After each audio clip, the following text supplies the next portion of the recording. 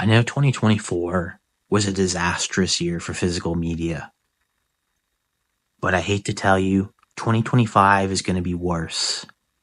In fact, you may even consider it an apocalyptic level event for physical media. And it's going to be a domino effect that starts with Walmart. Yes, Walmart. Now I know what you're thinking. You're like, Steve, they're the champion of physical media. They opened a disc manufacturing plant because they believe in the format so much, and they've made this huge commitment to make sure movies are in their stores. And it's all great on paper. But they also did all that because they thought with the closure of Best Buy that their sales were going to increase dramatically. And I hate to tell you, they didn't. Walmart doubled down on DVDs and carrying just the newest releases. The only thing they did that Best Buy did is now they carry a few steelbooks.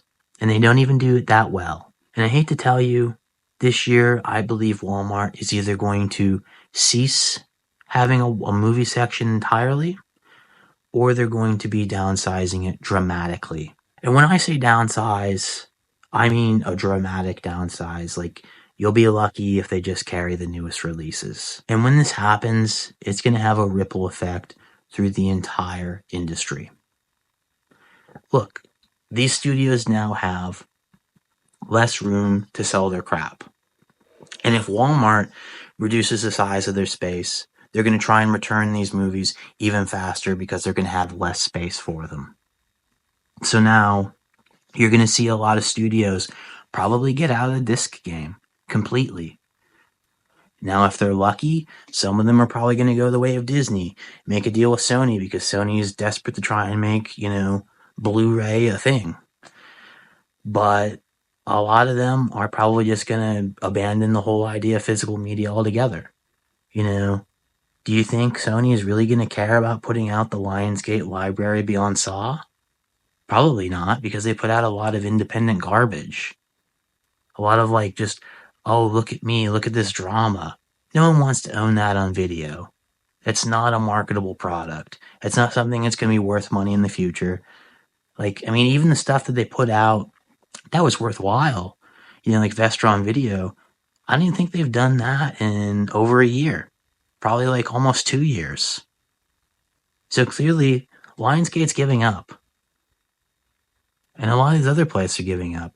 Do you think Universal is going to keep trying to put out discs if literally they're just making a few bucks?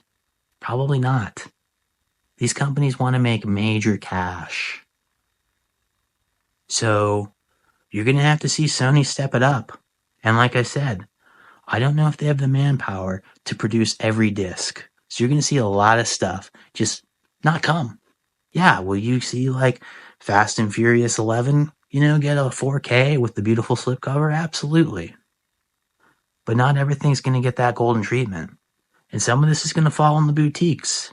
I'm sure, Shout Factory is going to try and scoop up as many as they can for a low price, but there's no guarantee.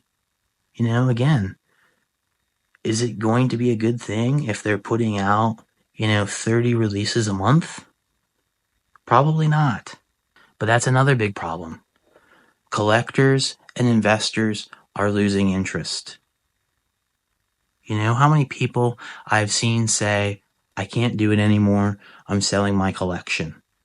Now, it's foolish for them to sell now because in 3 to 5 years, this stuff is going to be worth major cash. That's why I recommend everyone hold out.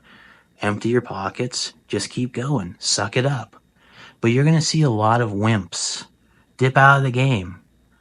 Now, you're going to have people like me scoop up, get all the good stuff at a real low price. But ultimately, it's going to be a buyer's market because people are just going to be selling left and right. And that's bad for the boutique companies.